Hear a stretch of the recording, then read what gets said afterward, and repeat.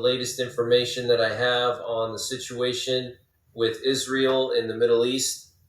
So apparently this evening, more U.S. bases have come under attack by Iranian militias in Syria. We're hearing that at least one U.S. base called Al-Shadadi came under attack by Iranian-backed Shiite groups. And we're also hearing that two more bases may have possibly been attacked, the Al-Tanf base and the Al-Omar base, which is near the Al-Omar oil field. So 3 bases attacked this evening by the Iranian-backed militias in Syria, and the U.S. Air Force has reportedly carried out airstrikes in response, and they carried out airstrikes on the positions of Iranian IRGC in the Al-Bukamal on the border with Iraq. Okay, Al-Bukamal is a town or settlement, whatever, and so that's where the IRGC had some positions. Okay, this is the Iranian Revolutionary Guard Corps. Okay, that's a branch of the Iranian military. So we just struck Iranian military positions in eastern Syria. Okay, that's what we're hearing right now. And emergency action messages are currently off the charts. There's been probably a half a dozen emergency action messages just within the last 30 minutes or so. So just wanted to report that to you. Okay, the U.S.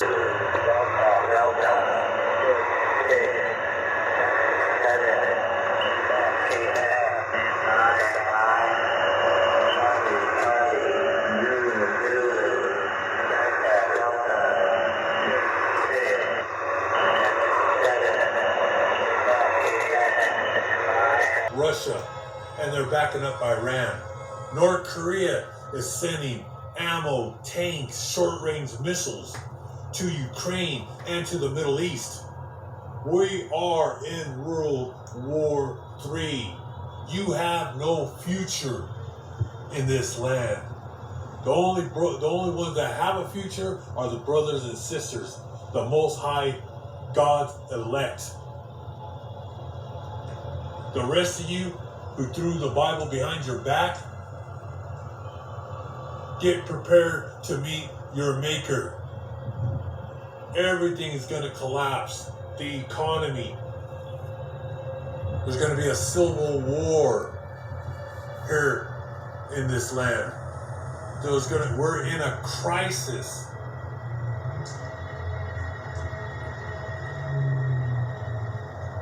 People are going to lose it. And what's going on right now in the Middle East is going to trigger, it's going to engulf the whole world. Egypt right now is sending thousands of their tanks to the border. That's in the holy book of Ezekiel chapter 38. When the king of the north, which is Vladimir Putin, gets all the Islam with him. North Africa, the whole Middle East, Asia, they will be with Vladimir Putin. All out war is happening right now. Massive air and artillery attacks have been taking place since 1 hour ago. And the United States is involved. They've been several days. Our Air Force is with Israel doing these bombing campaigns on Gaza and Syria and Iraq. We crossed the border of nations. But you're not going to see this on CBS or ABC. They'll tell you front page news of what Iran is doing, but they're not saying what we're doing behind the scenes at Israel. All right? But this has been happening. I believe it was 2 days ago. It shows our Navy. There was 2 small boats with Arabs, Middle Eastern men were on these boats. They blew those boats to dust. All right. You see a few bodies floating around, and they unloaded on them with 50 caliber machine guns. They just disappeared in the water. You can look that up. So, like I said, we're in the mix. All right. Israel's army will be extending their ground operation tonight in Gaza. Iran, from satellites, U.S. satellites, seeing what's going on in Iran, they said they'd seen their silo doors of long-range missiles open at noon. But people don't understand, Iran has missiles that could go hundreds of miles. They can hit the U.S. carriers. What people don't know, Iran has over 10,000 speedboats with TNT. These are guys. One thing about people don't know about Persia, these are men of war. One of the greatest empires on the face of the earth and in history is the Persian Empire. They were known as the Medes and the Persians. They conquered Babylon in the ancient times. All right? So they got these 10,000 speedboats with men that will use their bodies. They will give up their life for their land. We're in big trouble. The United States is in big trouble. Israel, those Zionists, Ashkenazi, Amalek, Edomites are in big trouble. The whole world is about to go to war. NATO, the European Union, the ancient Rome is in big trouble. Intense gunfire. Before I came out on the breaking news, they said there's been intense gunfire can be heard in southern Gaza. And that Israel has 3 fronts. They're going in from 3 ways going in with their tanks. And this ground war is going to be brutal. Because like I said, they dig tunnels, deep tunnels down there. And that Hezbollah, they're great fighters out of Lebanon. They went head to head with Israel. I believe it was in 2005, 2006. I remember watching it. Hundreds and hundreds of men died, and they finally made a ceasefire. I think it might have went 30, 45 days, and then they made a ceasefire. But Israel didn't do no great harm to them. They went head to head with Israel. So like I said, they've been wanting this war because Ishmael and Esau hate each other. All right. Iran militants are currently attacking U.S. bases right now in eastern Syria. Like I said, all-out wars is happening. And Persia is not weak. They're the strongest in the Middle East. We're going to read right now. We're going to read the Holy Book of Luke, chapter 21, verse 25. And there will be signs in the sun, in the moon, and in the stars, and on the earth. Excuse me. And on the earth, distress of nations. That's happening right now. The nations are in distress.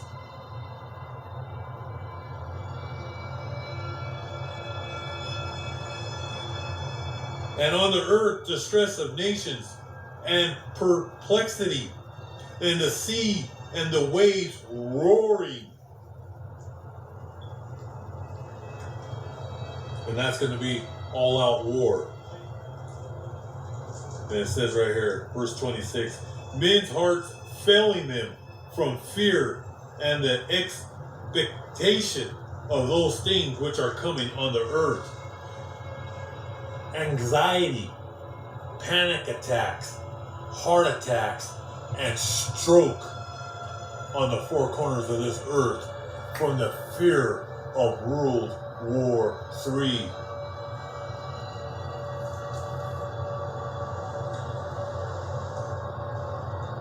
For the powers of the heavens will be shaken, and that's nuclear war.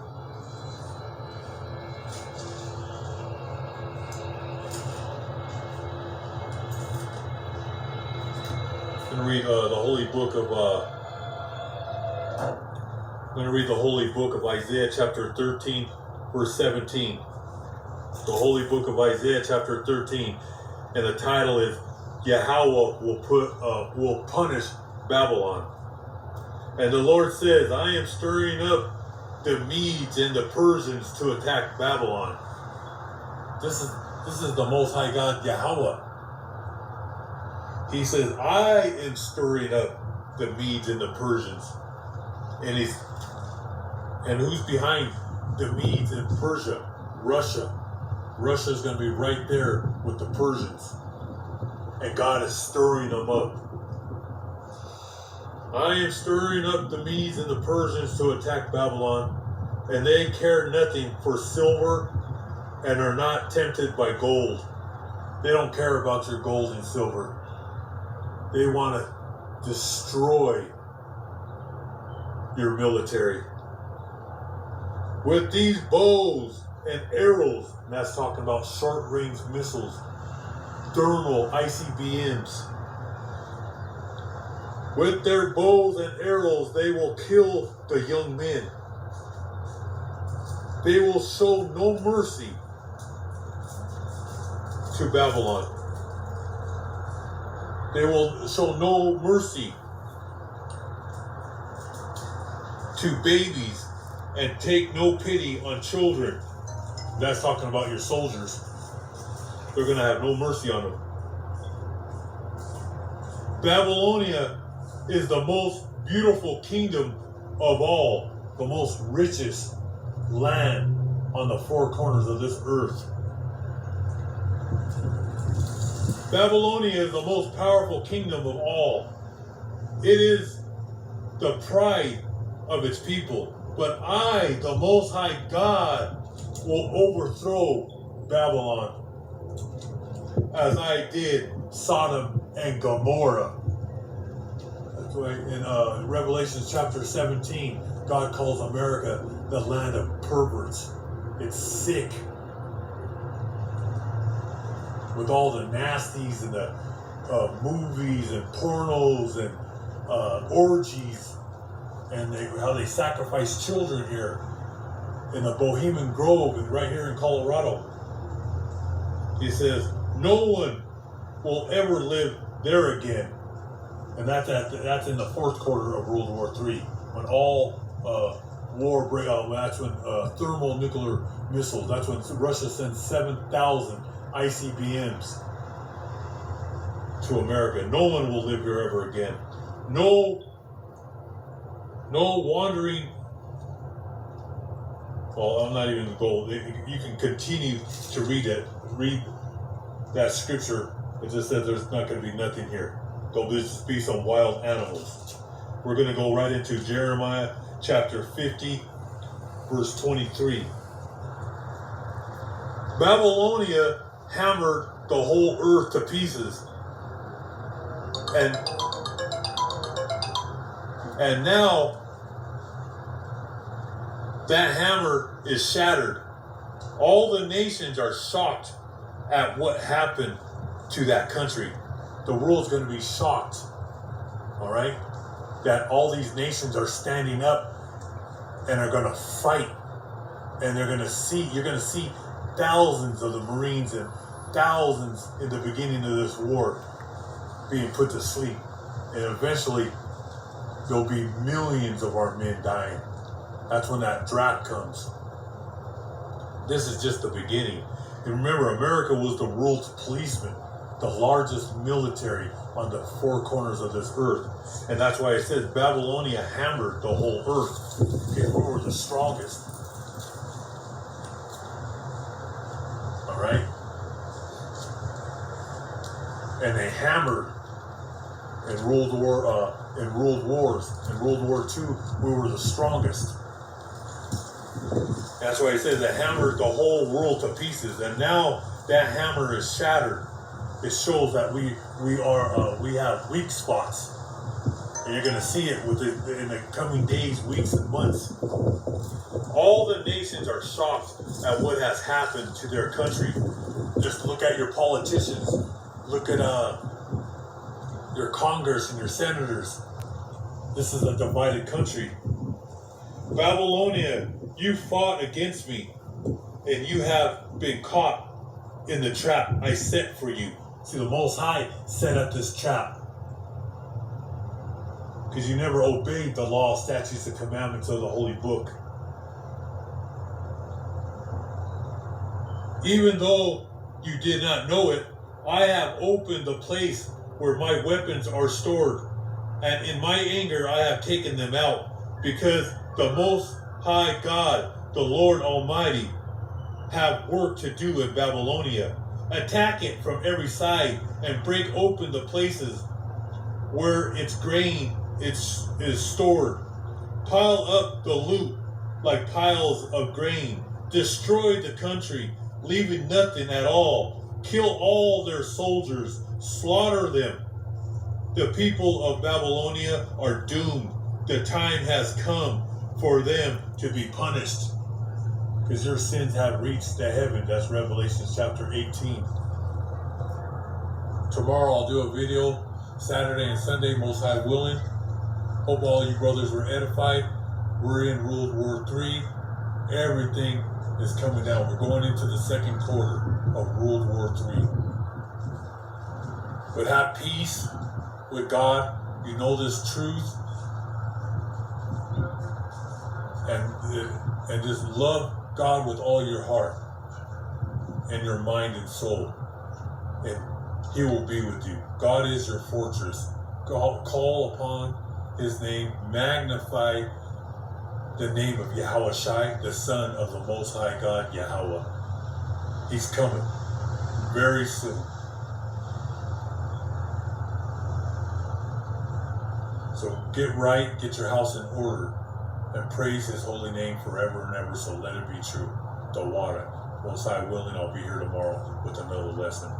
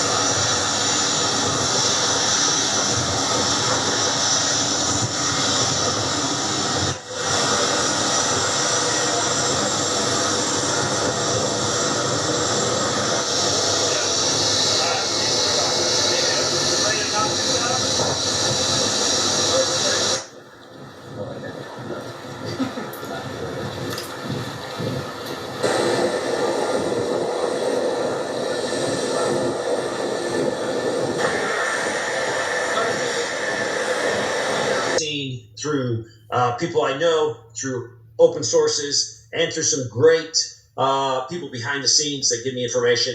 This is the most critical time for the United States and the world. Things are aligning up that could go into a huge regional war that could spread outside of that and encompass the whole world. And basically what is lining up is the Muslims. You got North Korea, you have China, you have Russia against the West. And basically all it is Israel and the United States. And our country, our military is very weak at this present moment. It is not like it was 30 years ago, 40 years ago. It has been decimated. It is woke. We have no manufacturing base to remanufacture things, manufacture war materials.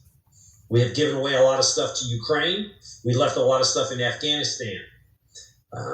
I don't have my tinfoil hat on right now, but I will assure you, it looks like some of this was planned destruction of the U.S. military.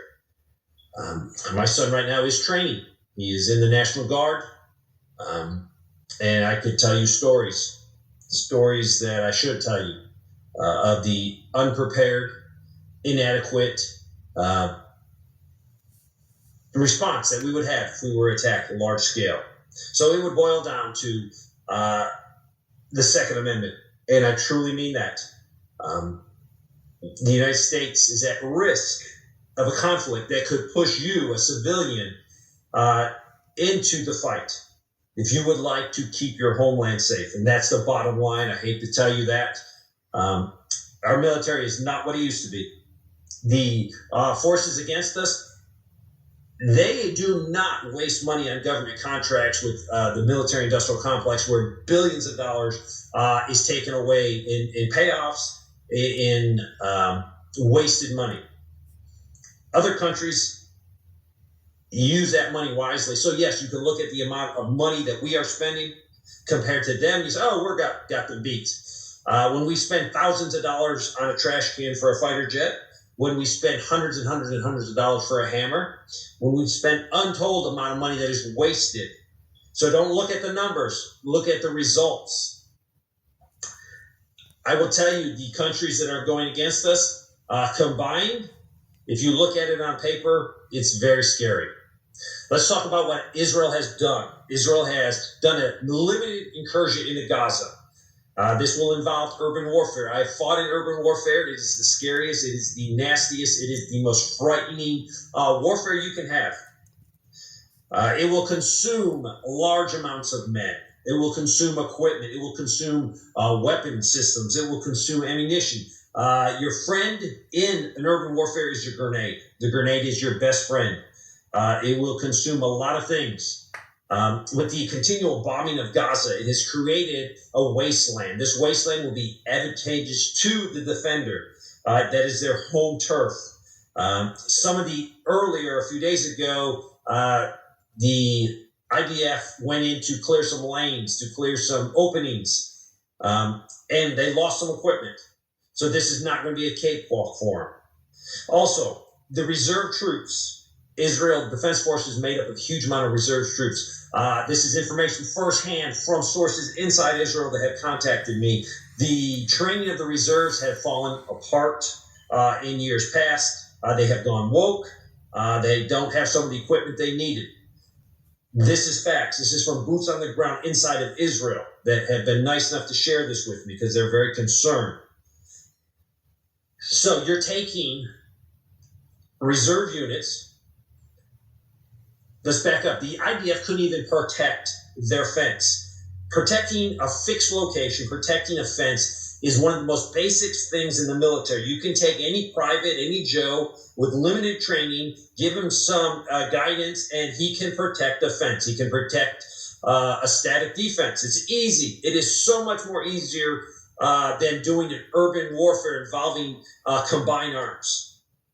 They have failed at securing their borders. They have failed at watching a fence. They have failed at their billions of dollars of electronic equipment to monitor that fence. So now we're thinking they can go in and do urban warfare, the most complex, most dangerous mission you can give an infantry soldier.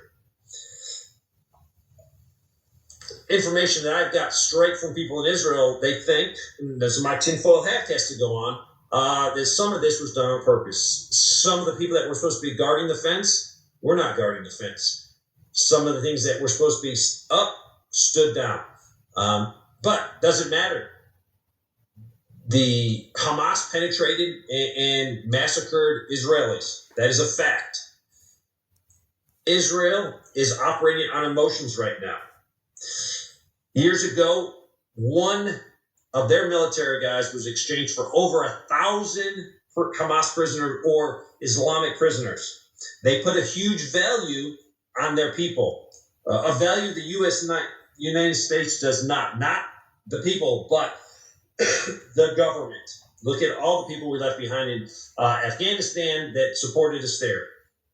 So I commend the Israeli government for going out of their way to get their people back. But right now they're operating on emotions. They're trying, well, if they were really trying to get their hostages back and their people back, and really we have Americans over there, they would be bombing the place to death. But they want payback. And I can understand that. They got their people massacred. They also, the IDF has to be very proactive because the Israeli citizens have doubt now. Before, Israel military was looked upon by their citizens as unstoppable. They could get the job done.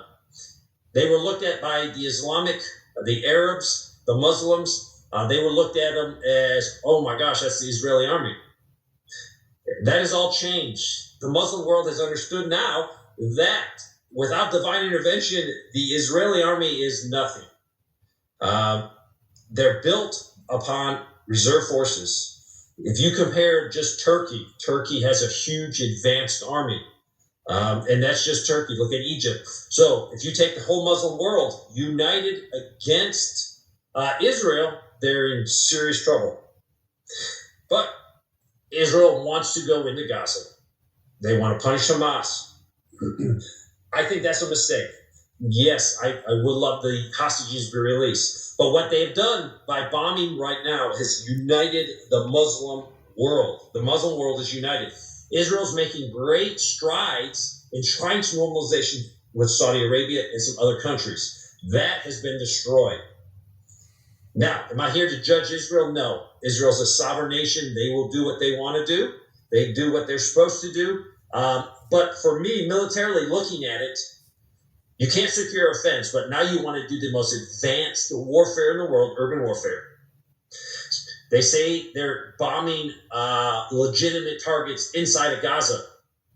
I find that hard to believe when you can't figure out that there's a major operation going against your fence, going against your infrastructure that has been planned for a year.